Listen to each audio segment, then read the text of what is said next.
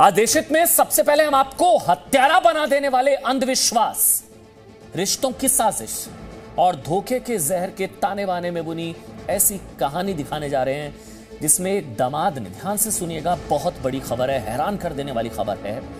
एक दामाद ने सभी ससुराल वालों को जहर देकर मारने की कोशिश की है। धीमे जहर की वजह से उसकी पत्नी 22 दिन से कोमा में है।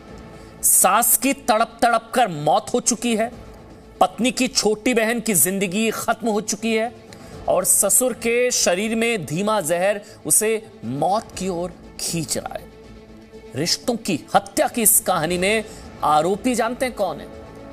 करोड़पति बिल्डर है, दिल्ली का करोड़पति बिल्डर है, लेकिन सनकी निकला। आरोप है कि उसने अपने पूरे ससुराल वालों को धीमा जहर देकर मारने की कोशिश की, अंधविश्वास की वजह से। उसे यह अंधविश्वास था कि उसकी गर्भवती पत्नी से उसके मृतक पिता का पुनर्जन्म होने वाला है, लेकिन डॉक्टर्स की सलाह पर पत्नी ने अबॉर्शन करवा लिया। तो आरोपी बिल्डर ने गुस्से में पूरे परिवार को जहर दे दिया, सभी ससुराल वालों को मारने की कोशिश की, जिससे मौत होती है। वो जहर दिया, लेकिन बेहद धीमे धीमे मौत होती है। ये पूरे ससुराल वालों को धीमा जहर देकर मारने की साजिश का आरोपी है। नाम है वरुण अरोड़ा और धीमे जहर से पूरे ससुराल वालों को खत्म करने की इस कहानी में धोखा है, अंधविश्वास है, साजिश है और गुस्सा है। धीमे जहर वाले इस दामाद की वजह से उसकी पत्नी दिव्या शर्मा 22 दिन से कोमा में है। दिव्या की छोटी बहन प्रियंका की दर्दनाक मौत हो चुकी है।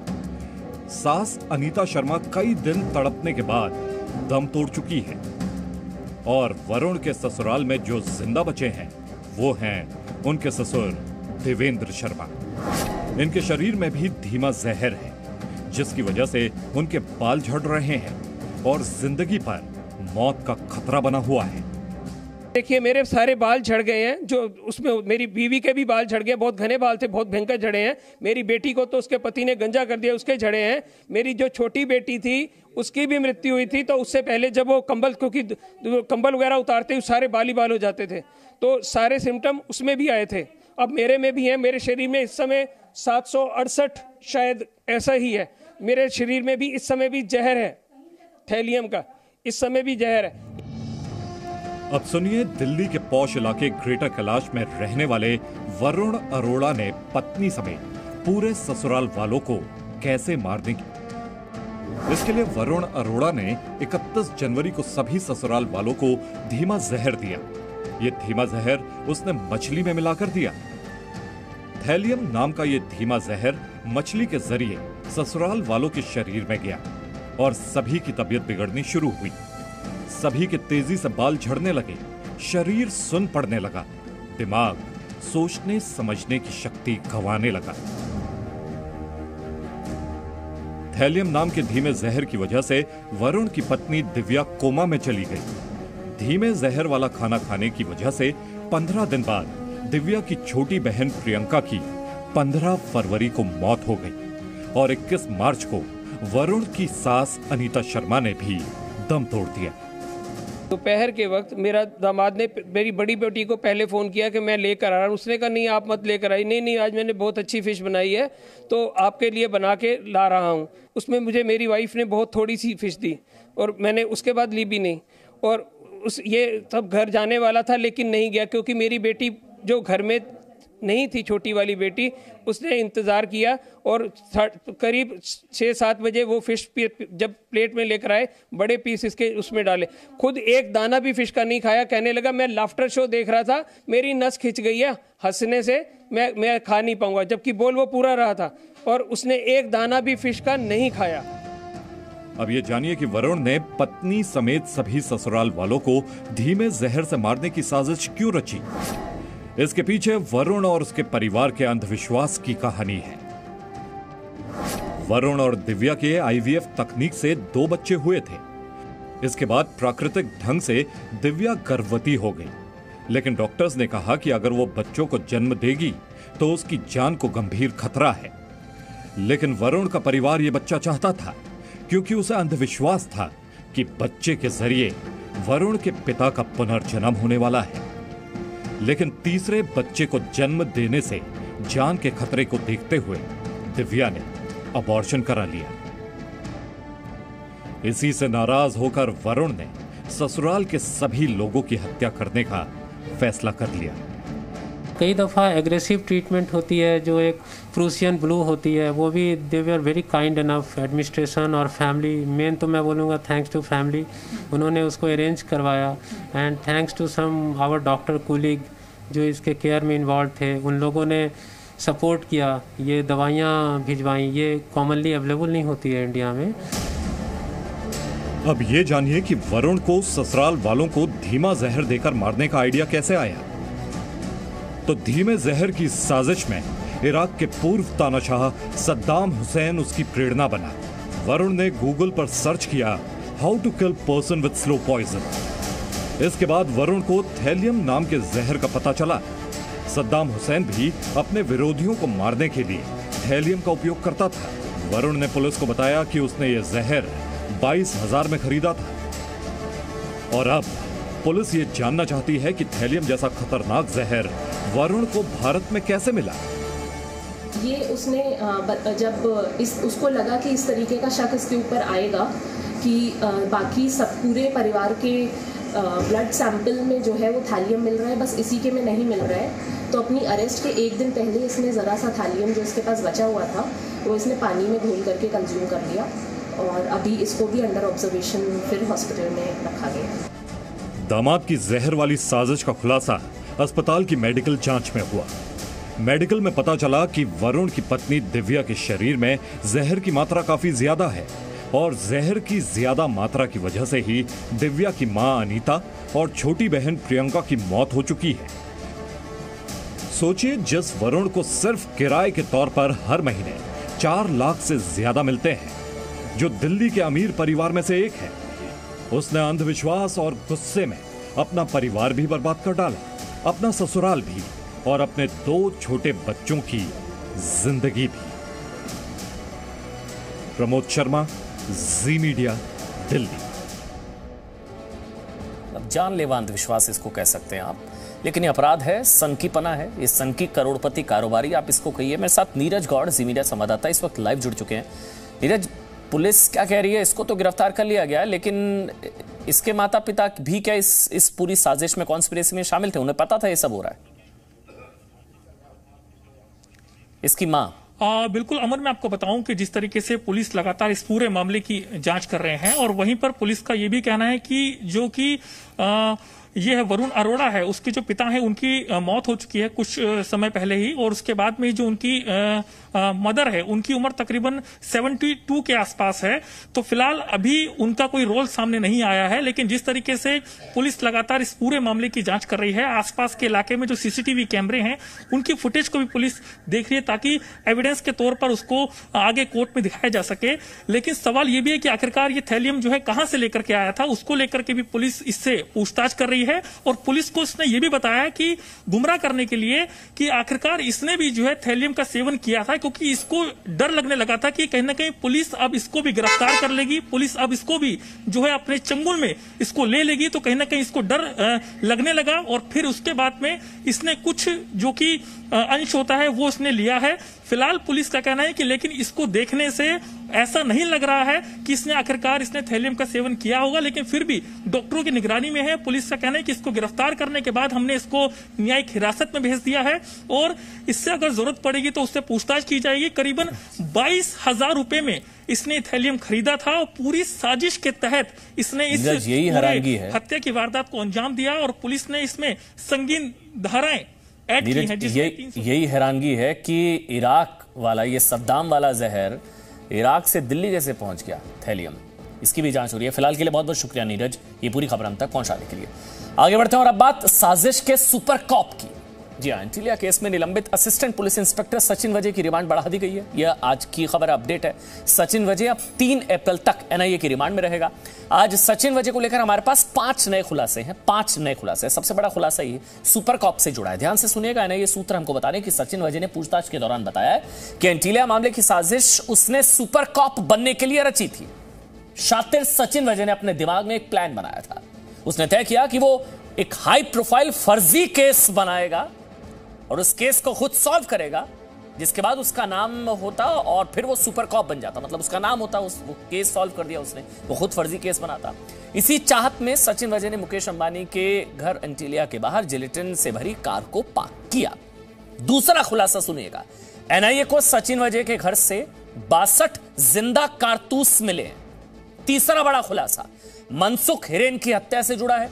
एटीएस सूत्रों के मुताबिक मनसुख हिरेन की हत्या के वक्त सचिन वजह मौके पर ही मौजूद था।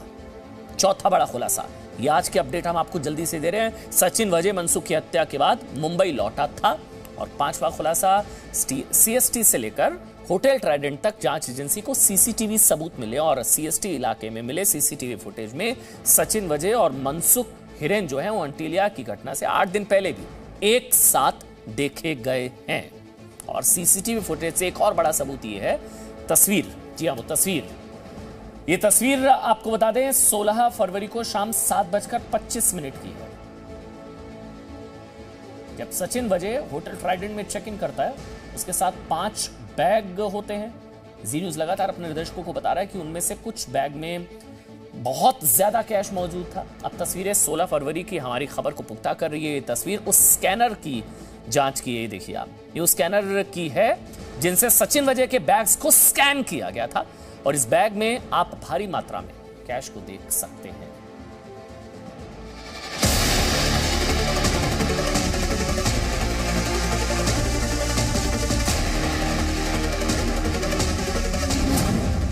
सचिन वजह के गुनाहों की नई रिपोर्ट। 17 फरवरी 2021, 8:26। इस सीसीटीवी फुटेज में सचिन वजह और मनसुख हिरेन की मुलाकात के सबूत हैं। इस वीडियो को अब आप ध्यान से देखिए। एक लग्जरी गाड़ी मुंबई के सीएसटी स्टेशन के पास रेड लाइट पर रुकती है। इसके बाद के वीडियो में दिख रहा है कि डिवाइडर के दूसरी तरफ से एक आदमी उस गाड़ी की तरफ बढ़ रहा है। एटीएस सूत्रों के मुताबिक ये आदमी मनसुख हिरेन है और बीच सड़क पर खड़ी कार सचिन वजह की है। मनसुख हिरेन सचिन वजह की कार के पास पहुंचता है, अपने आसपास देखता है और फिर वजह की गाड़ी में बैठ जाता है। कार में वजह पहले से बैठा हुआ था। 17 फरवरी की रात को मनसुख हिरेन सीएसटी इलाके में सचिन वजह से मिलने के लिए अपनी स्कॉर्पियो कार में नहीं बल्कि एक टैक्सी में आते हैं, क्योंकि विक्रोली हाईवे के पास मनसुख हिरेन की स्कॉर्पियो कार खराब हो गई थी। ये बात मनसुख हिरेन ने खुद क्राइम ब्रांच को बताई थी। डीसीपी जोन 1 के ऑफिस के पास मनसुख हिरेन उस टैक्सी को छोड़ देते हैं और उतरकर उस कार में जाकर बैठ जाते हैं जिस कार में पहले से ही सचिन वजह मौजूद था। सचिन वजह देख रहा था मनसुख की मौत।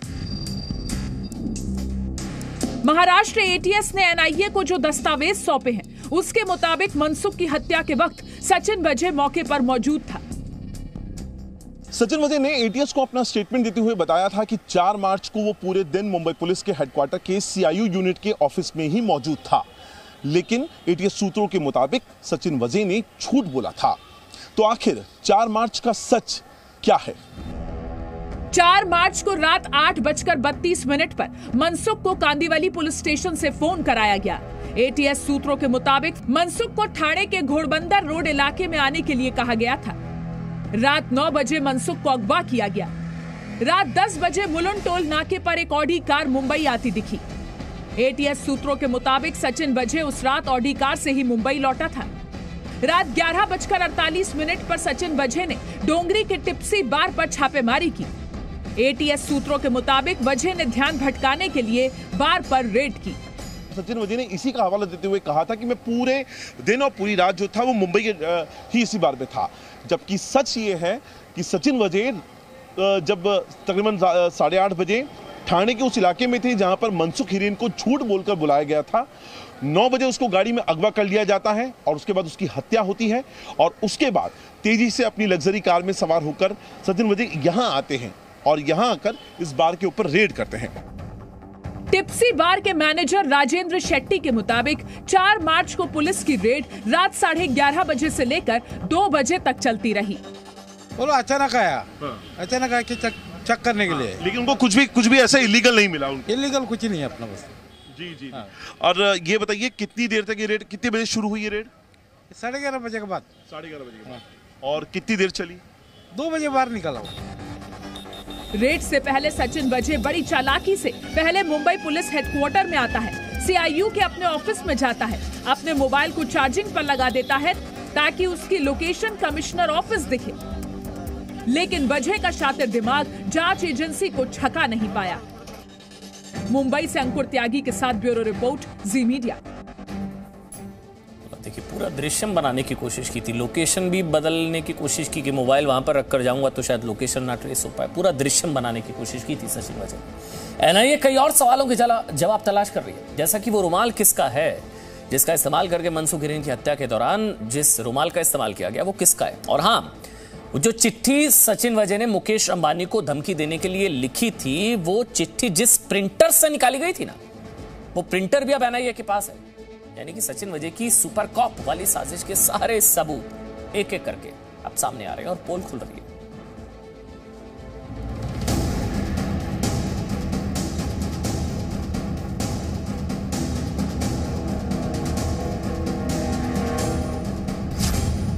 वो रुमाल किसके हैं?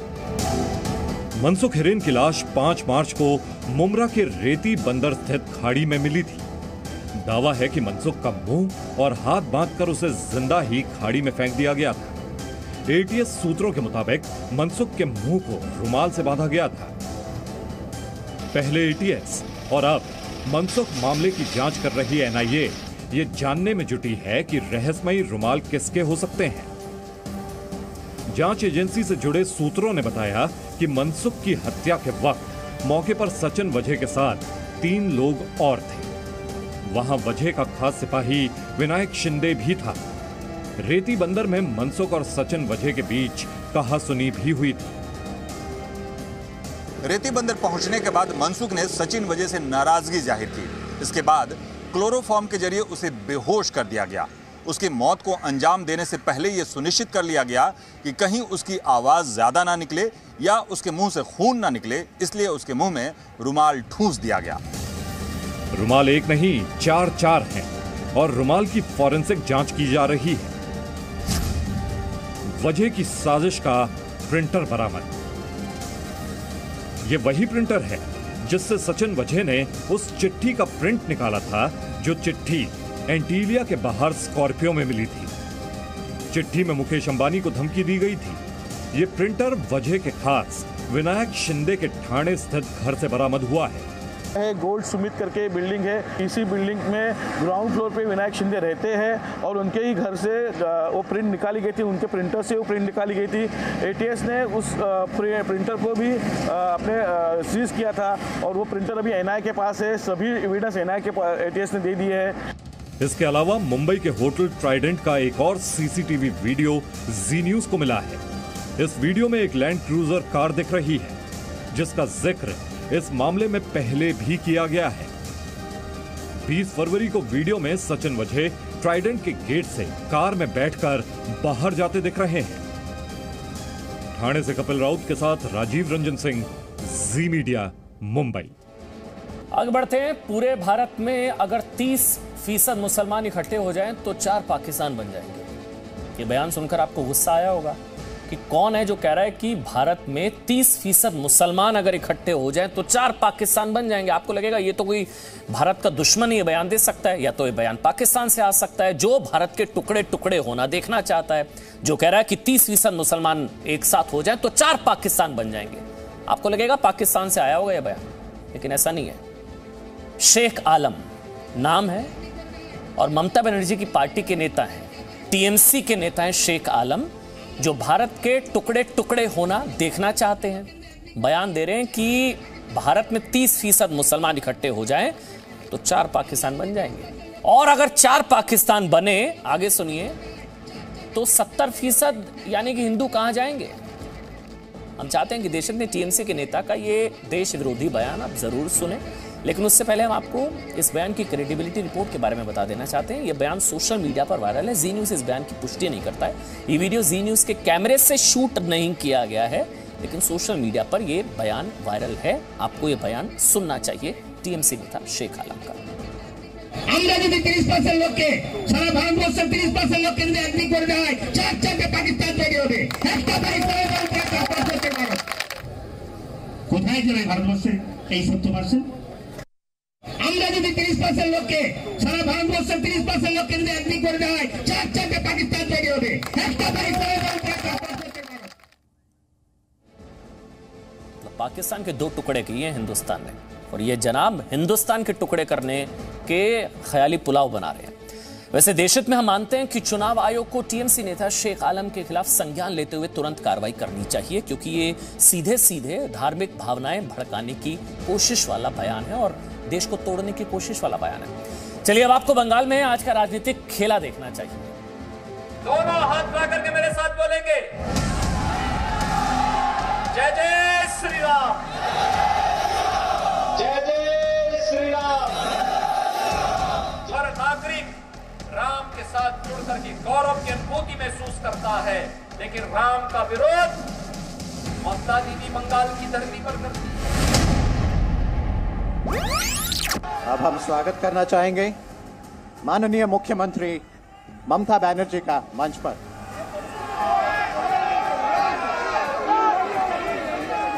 मेरे को तो लगता है कि गवर्नमेंट का प्रोग्राम का कोई डिग्निटी होना चाहिए। एक गवर्नमेंट का प्रोग्राम है, कोई पॉलिटिकल पार्टी का प्रोग्राम नहीं है, और पॉलिटिकल पार्टी का और गवर्नमेंट का पब्लिक का प्रोग्राम है। दीदी का तो विश्वास है कि जय श्री राम को ये बोलने पर प्रतिबंध लगा दो। और साथ ही आपको एक और जानकारी दे दे, बंगाल में पहले चरण के चुनाव के लिए चुनाव प्रचार आज खत्म हो गया है। नमस्कार, देशहित के दूसरे एडिशन में मैं हूं आपके साथ मीमांसा मालिक। प्रधानमंत्री नरेंद्र मोदी कोरोना काल में पहली बार विदेश दौरे पर जाने वाले हैं। अब से करीब 14 घंटे बाद नरेंद्र मोदी बांग्लादेश के दौरे पर जा रहे हैं। उनका ये दौरा 2 दिन का होगा, यानी कल और परसों वो बांग्लादेश में रहेंगे। 16 महीने बाद पीएम मोदी विदेश जाने वाले हैं। आखिरी बार पीएम मोदी 2019 में 13 से 15 नवंबर के बीच ब्राजील की यात्रा पर गए थे। उसके बाद दुनिया भर में कोरोना संक्रमण बढ़ता गया, जिसकी वजह से उनकी विदेश यात्रा रद्द हो गई। अब 500 दिन बाद पहली बार पीएम मोदी पड़ोसी देश बांग्लादेश जा रहे हैं, जहां उन्हें बांग्लादेश की आजादी की 50वीं सालगिरह और बांग्लादेश के father of the nation Sheikh Mujibur Rahman के जन्म शताब्दी समारोह में शामिल होना है। ये वर्ष भारत और बांग्लादेश की दोस्ती का गोल्डन जुबली ईयर भी है। पीएम मोदी का दौरा एक और वजह से महत्वपूर्ण है। दिल्ली से 1424 किलोमीटर दूर है बांग्लादेश की राजधानी ढाका, और बांग्लादेश से ही सटी है पश्चिम बंगाल और असम की सीमाएं।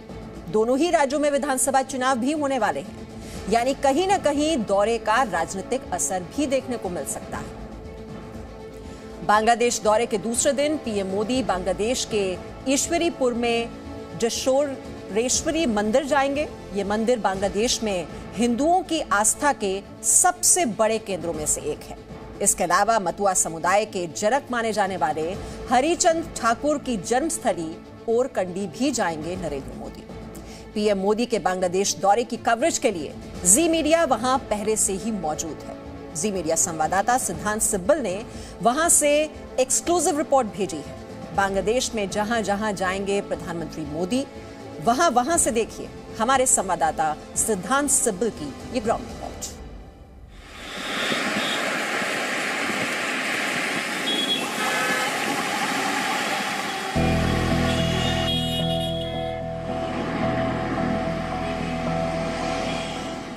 सड़कें सजी हुई हैं,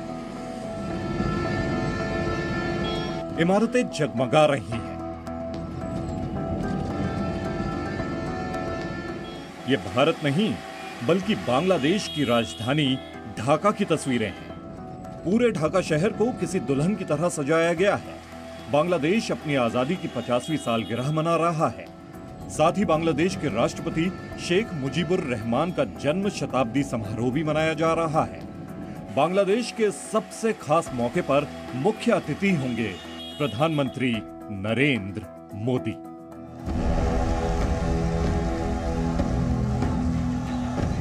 26 मार्च यानी शुक्रवार को प्रधानमंत्री नरेंद्र मोदी 2 दिनों की यात्रा पर बांग्लादेश जा रहे हैं। कोरोना काल में प्रधानमंत्री मोदी का ये पहला विदेश दौरा होगा। 500 दिन बाद विदेश दौरे पर मोदी। आखिरी बार पीएम मोदी नवंबर 2019 में विदेश दौरे पर गए थे। तब वो 13 से 15 नवंबर के बीच ब्राजील गए थे। 2020 से दुनिया भर में कोरोना संक्रमण आ गया, जिसकी वजह से पीएम मोदी बीते 16 महीने में किसी विदेश यात्रा पर नहीं गए। 500 दिनों के बाद वो पड़ोसी देश बांग्लादेश के दौरे पर जा रहे हैं। भारत बांग्लादेश दोस्ती की गोल्डन जुबली। प्रधानमंत्री का बांग्लादेश का दौरा इसलिए भी खास है क्योंकि इस वर्ष भारत और बांग्लादेश के कूटनीतिक रिश्तों की भी 50वीं सालगिरह है।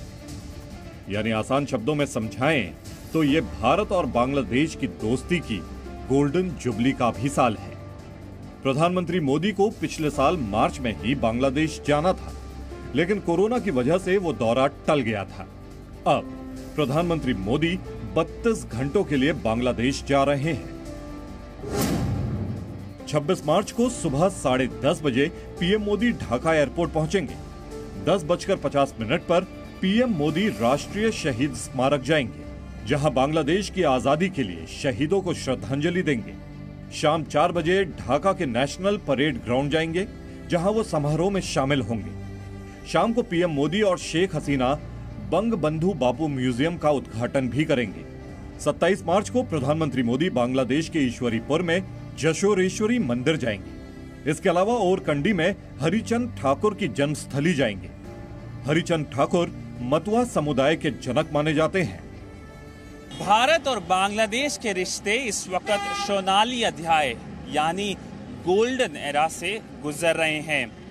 आखिरी बार भारत के प्रधानमंत्री नरेंद्र मोदी 2015 में यहाँ ढाका में आए थे और कहीं ना कहीं उसके बाद काफ़ी इंगेजमेंट्स हुई हैं, बल्कि आखिरी जो इंगेजमेंट हुई थी वो दिसंबर 2020 में हुई थी, जब एक वर्चुअल समिट हुआ था भारत के प्रधानमंत्री और बांग्लादेश के प्रधानमंत्री के बीच में। उस पर फोकस था कनेक्टिविटी में कि कैसे बांग्लादेश और वेस्ट बंगाल के बीच कनेक्टिविटी बढ़े।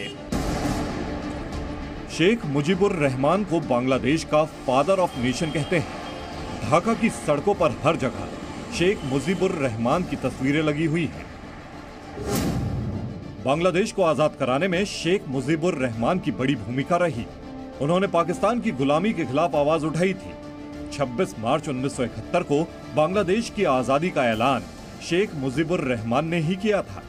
बांग्लादेश में शेख मुजीबुर रहमान को बंग बंधु भी कहा जाता है। बांग्लादेश को आजाद कराने में भारत का भी बड़ा योगदान है। 26 मार्च 1971 को बांग्लादेश के father of the nation Sheikh Mujibur Rahman ने पाकिस्तान के खिलाफ मोर्चा खोला, आजादी की गुहार लगाई और 9 महीने चलने वाली जंग के बाद तब का ईस्ट पाकिस्तान बांग्लादेश बना।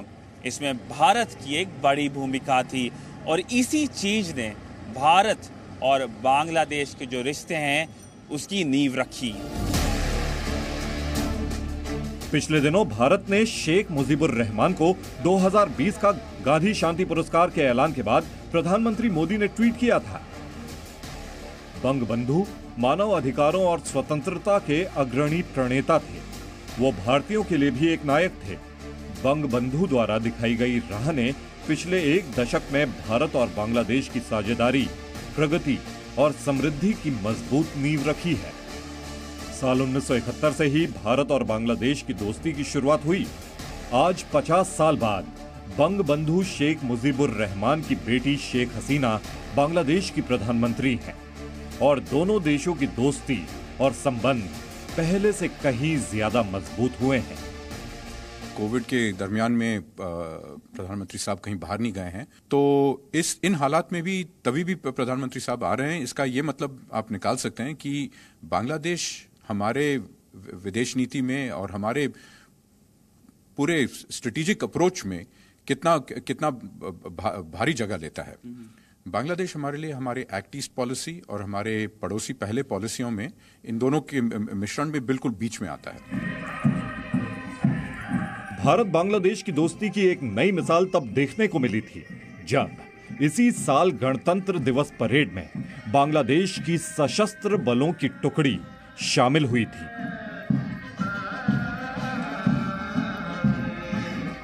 भारत और बांग्लादेश के रिश्ते दुनिया भर में एक मिसाल हैं। कोविड वैक्सीन हो या कनेक्टिविटी हो, हर डोमेन में कुछ ना कुछ फोकस रहा है। भारत के प्रधानमंत्री जब यहाँ ढाका आएंगे, यहाँ ढाका में तो वो रहेंगे ही, बट ढाका के बाहर भी जाएंगे, वो एक शक्तिपीठ जाएंगे। इसके अलावा मटुआ समुदाय के संस्थापक की जन्म स्थली भी जाएंगे और इससे वेस्ट बंगाल जो इलेक्शंस हैं उसमें कहीं ना कहीं हलचल हो सकती है। वीडियो जर्नलिस्ट अजीत के साथ सिद्धांत सिब्बल, जी मीडिया, ढाका।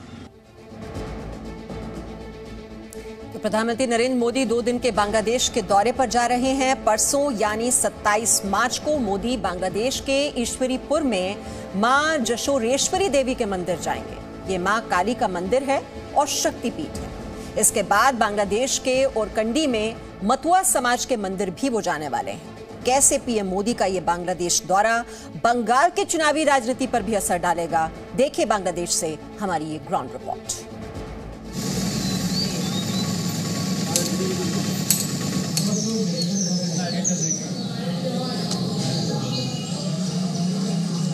ये जगह है बांग्लादेश का ईश्वरीपुर और ये तैयारियां हो रही हैं भारत के प्रधानमंत्री नरेंद्र मोदी की मेजबानी के लिए। 27 मार्च को प्रधानमंत्री मोदी यहां आ रहे हैं। ये जगह बांग्लादेश में हिंदुओं की आस्था से जुड़ी सबसे पवित्र जगहों में से एक है।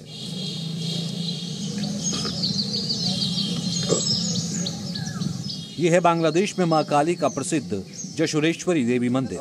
450 साल पुराना ये मंदिर मां दुर्गा के 51 शक्तिपीठों में से एक है। मां काली के इस मंदिर की राजधानी ढाका से दूरी 314 किलोमीटर है, लेकिन बंगाल बॉर्डर से इसकी दूरी बहुत ही कम है। प्रधानमंत्री मोदी यहां पहली बार आ रहे हैं। पीएम मोदी की यात्रा को लेकर यहां के लोग काफी उत्साहित हैं। এই দক্ষিণ বাংলার 51 পীঠের অন্যতম পীঠস্থান যশোরেশ্বরী কালী মন্দিরে ওনার আগমন আমাদের কাছে কল্পকাহিনীর মতো। সেটি যখন বাস্তবে রূপ নিতে যাচ্ছে, আমরা এই এলাকার মানুষ কতটা উচ্ছ্বসিত, কতটা উল্লসিত, কতটা আনন্দিত, এটি আমরা ভাষা দিয়ে প্রকাশ করতে পারবো না। ভারতের প্রধানমন্ত্রী নরেন্দ্র মোদী আসবেন, আমরা অত্যন্ত খুশি ও গর্বিত, কারণ আমাদের মতো ছোট্ট একটা দেশে ওনার পা পড়তেছে, এটা আমরা অনেক সৌভাগ্য বলে মনে করি। शनिवार 27 मार्च को प्रधानमंत्री मोदी बांग्लादेश के ही ओरकंडी में मतुआ समाज के मंदिर भी जाएंगे। ओरकंडी में ही हरिचंद ठाकुर की जन्मस्थली है। हरिचंद ठाकुर ने ही मतुआ महासंघ की स्थापना की थी। हरिचंद ठाकुर ने हिंदुओं की पिछड़ी जातियों के लिए जन जागरण अभियान चलाया था। उन्होंने मतुआ समाज के लोगों की उन्नति के लिए बहुत काम किया था। ओरकंडी में हरिचंद्र ठाकुर को भगवान की तरह पूजा जाता है। पीएम मोदी ने ओरकंडी दौरे को पश्चिम बंगाल चुनाव से भी जोड़कर देखा जा रहा है। আমরা মেয়েরা একেবারে লাল পেড়ে শাড়ি পরে সবাই যারা সারিবদ্ধ হয়ে ফুল চন্দন বরণ কুলা ধূপ দীপ দিয়ে শঙ্খধ্বনি জয়ধ্বনি উলুধ্বনি দিয়ে তারে বরণ করব এই আশায় বসে আছি। ওনার আশার গভীর আগ্রহে আমরা প্রতীক্ষা করছি। উনি যদি সত্যি আমাদের এই ধামে এসে ওনার পদরেণু রাখেন, তাহলে আমরা সত্যি চিরদিনের জন্য কৃতজ্ঞ থাকব। दरअसल पश्चिम बंगाल में मतुआ समाज की आबादी 2.5 करोड़ से 3 करोड़ के बीच है। इनका 40 से 50 विधानसभा सीटों पर असर है। ऐसे में प्रधानमंत्री मोदी के ओरकंडी आने का असर पश्चिम बंगाल विधानसभा चुनाव में भी देखने को मिल सकता है, क्योंकि जिस दिन प्रधानमंत्री मोदी ओरकंडी में होंगे, ठीक उसी वक्त बंगाल के 5 जिलों की 30 सीटों पर वोटिंग चल रही होगी। बांग्लादेश के ढाका से सिद्धांत सिब्बल की रिपोर्ट, जी मीडिया।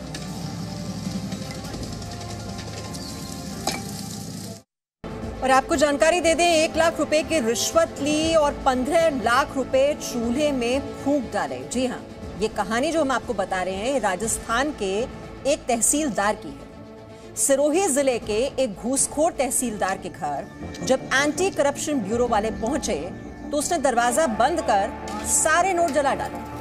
एसीबी वाले दरवाजा पीटते रहे, उधर वो किचन में नोटों की गड्डियां फूंकता रहा, लेकिन आखिरकार वो कब तक बच पाता, आखिरकार पकड़ लिया गया।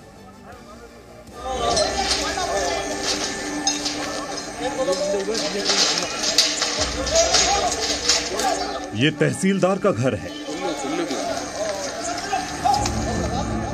ये उसका किचन है और यहाँ घूस में मिली 500-500 रुपए के नोटों की गड्डियां जलाई जा रही हैं, क्योंकि बाहर एसीबी की टीम पहुंच चुकी है। तहसीलदार दरवाजे नहीं खोल रहा है।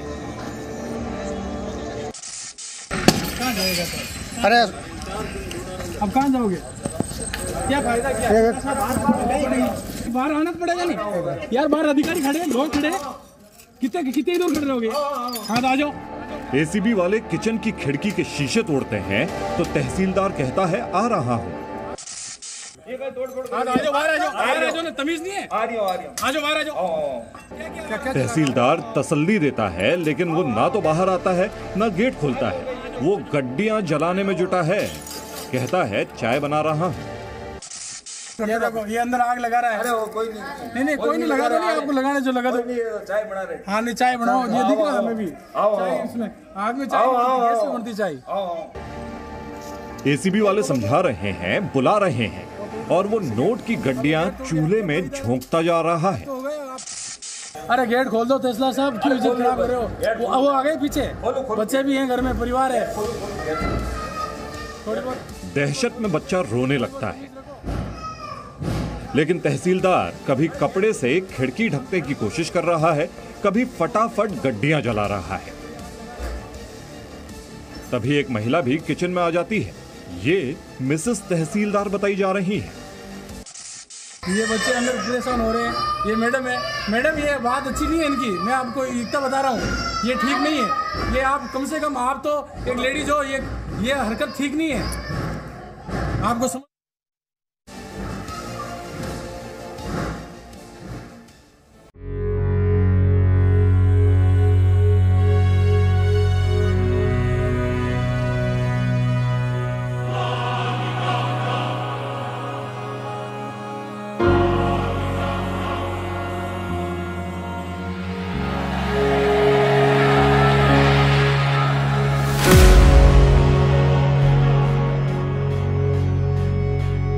Good evening and welcome to Z News Bulletin.